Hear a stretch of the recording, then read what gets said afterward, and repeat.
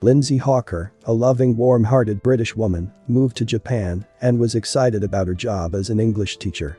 One day she was approached by a stranger who seemed interested and eager to learn English. Her generosity toward this stranger would prove to be a fatal mistake, and this crime would turn out to be one of the most shocking cases Japan has ever seen. Welcome to Viral Crimes. Subscribe and hit the notification bell for more stories. Lindsay Hawker was born in 1984 in Coventry, England, and graduated with a first-class honours degree from the University of Leeds in 2006.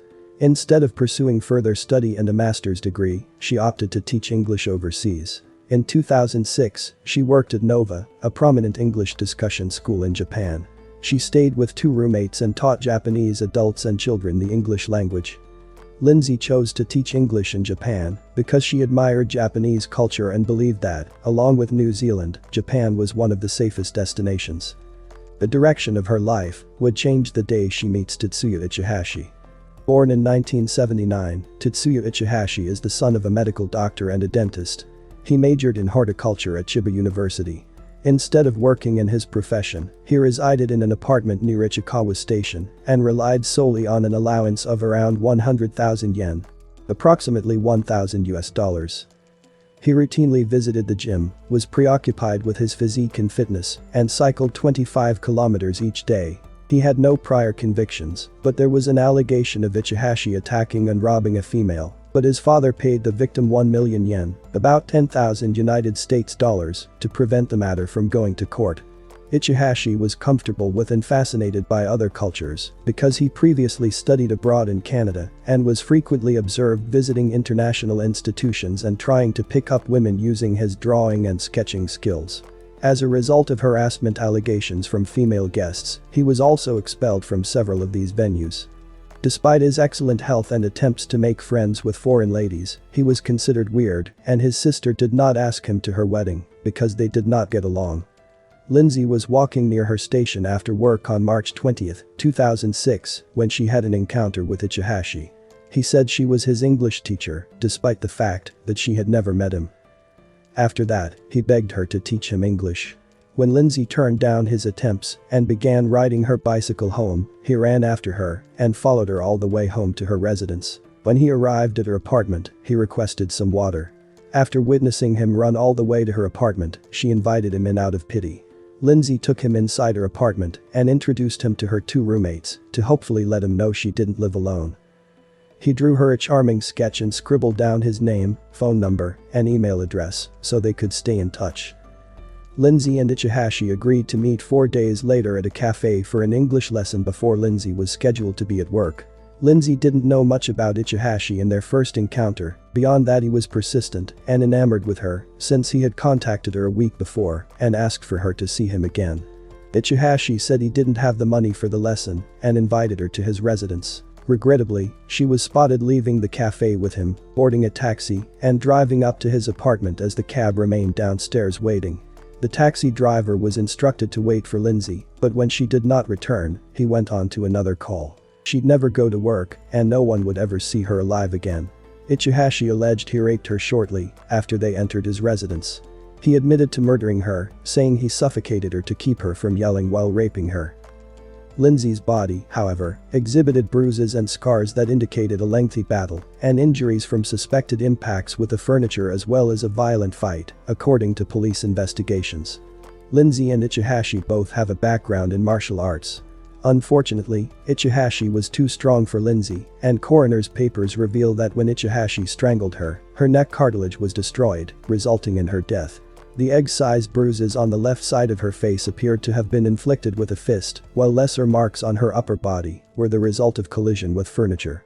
Hawker had died when her assailant began strangling her and broke the cartilage of her neck. He went to numerous hardware stores and got supplies including sand, compost soil, deodorant, and a shovel.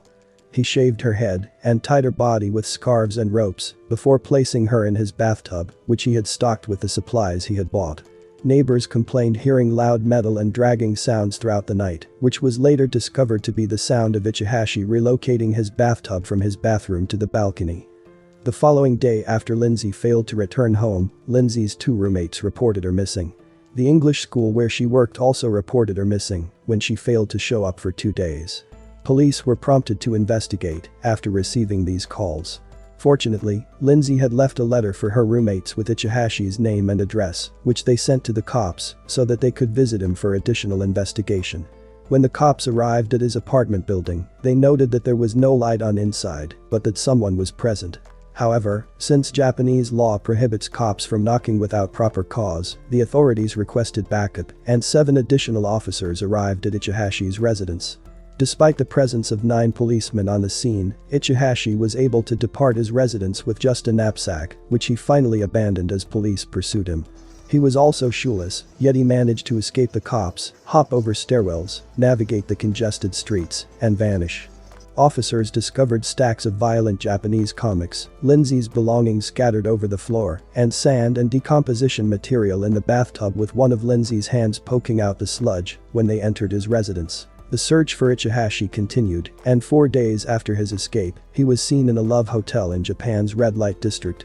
Because there is no front desk personnel and no identification is needed, Japanese love hotels are ideal for obscurity. The hotel where the sighting was reported was searched by the authorities, but Ichihashi was not discovered.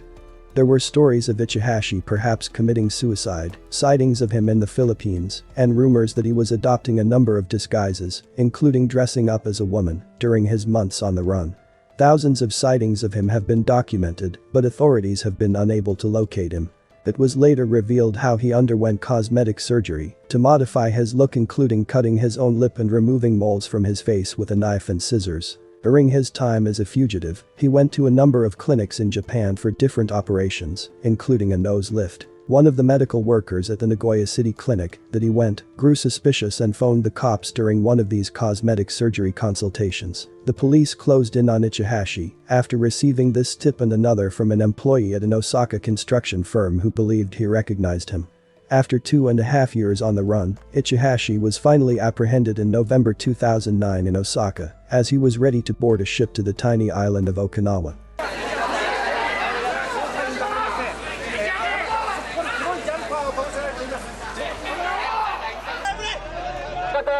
It was a packed house at Chiba District Court in Japan Thursday. People had gathered to catch the wrap-up of one of the country's highest-profile criminal cases in recent years, the sentencing of Tatsuya Ichihashi for the killing of a young British woman 4 years ago. Lindsay Hawker's parents were in attendance, having flown out from England to watch the proceedings. The court ordered Ichihashi to spend life behind bars for the death of the 22-year-old English teacher, whose battered and bound body had been found in a dirt-filled bathtub on the balcony of his apartment outside Tokyo. Ichihashi, believed caught on camera with Hawker in an image from coffee shop CCTV just hours before she was suffocated, said at the start of his trial July 4th he enticed her into his apartment. He said he raped and then strangled her because he feared her screams would prompt neighbors to call the police. The case has been attracting massive media attention for years. Ichihashi was mobbed after his arrest in 2009. He changed his appearance with extensive cosmetic surgeries to try and avoid detection. He wrote a book about the operations and his time on the run, promising to donate the proceeds to Hawker's family. But their minds were focused on his conviction and sentence. Her father, William, said he was satisfied his daughter had gotten justice. Lindsay loved Japan, and you have not let her down. Thank you. Thank you. Thank you. Karen Sloan, The Associated Press.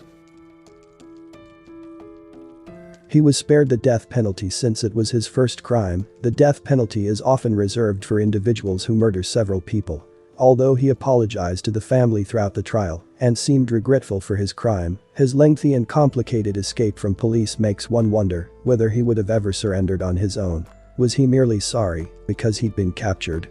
Why did he go to such measures to dispose of Lindsay's body and avoid arrest if he never intended to murder her? Instead of surrendering, he sought to alter his look on a regular basis and came close to escaping arrest.